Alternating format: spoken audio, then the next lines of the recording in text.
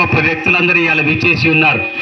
కాబట్టి మరి వారు ఒక రంగమే కాదు, కళారంగంలో కూడా ఎంతో మరి ముందుకు వచ్చి ఉన్నారు. కాబట్టి వారిని పాడవలసిందిగా కోరుతారు.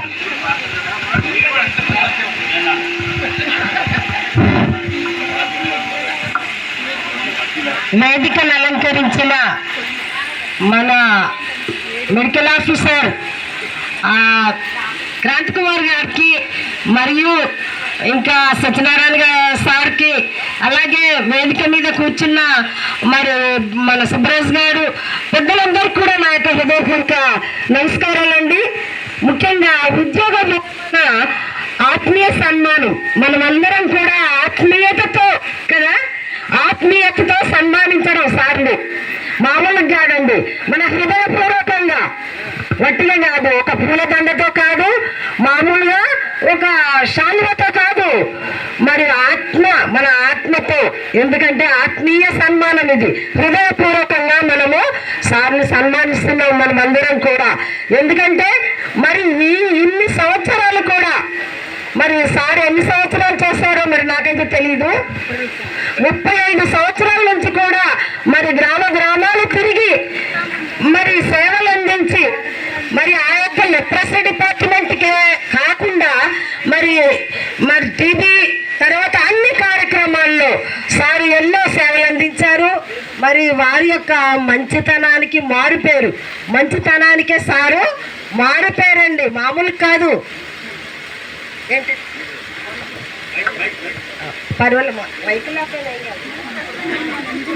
మంచితనానికి మారు పేరు మన సివి సత్యనారాయణ గారు.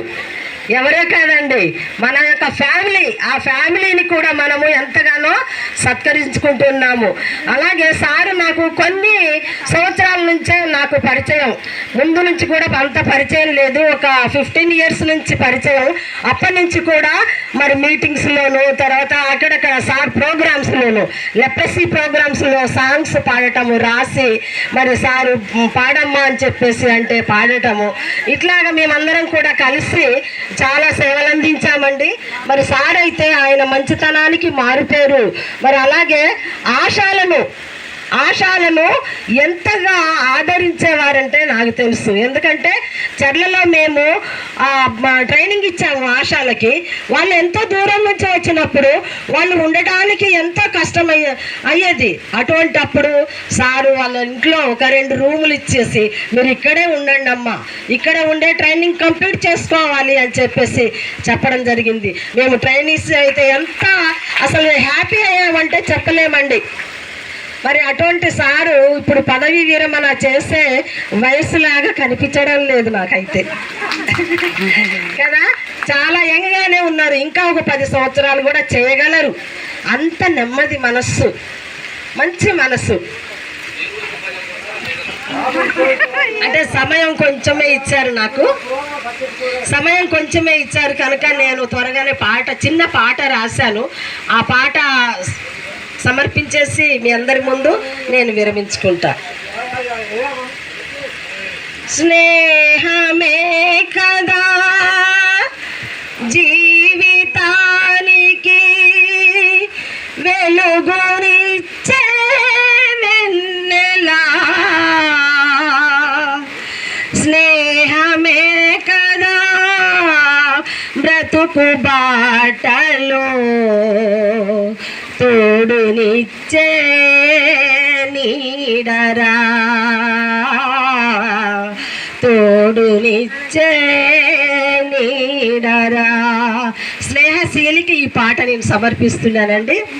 కష్టమైన నష్టమైన ప్రజల సేవలో నిలిచినారు, కష్టమైన నష్టమైన ప్రజల సేవలో నిలిచినారు, ఆశయముతో ముందుకేగి అధికారుల మనసు పొందినారు, ఆశయంతో ముందుకేగి అధికారుల మన్ననలు పొందినారు. అధికారుల ఒక్క మనసునే కాదండి, మనందరి మనసు కూడా కదా, మనందరి మనసు కూడా ఆయన గెలుచుకున్నారు అని నా ఉద్దేశం. చప్పట్లు కొట్టరాదండి ప్లీజ్. స్నేహమేరా జీవితా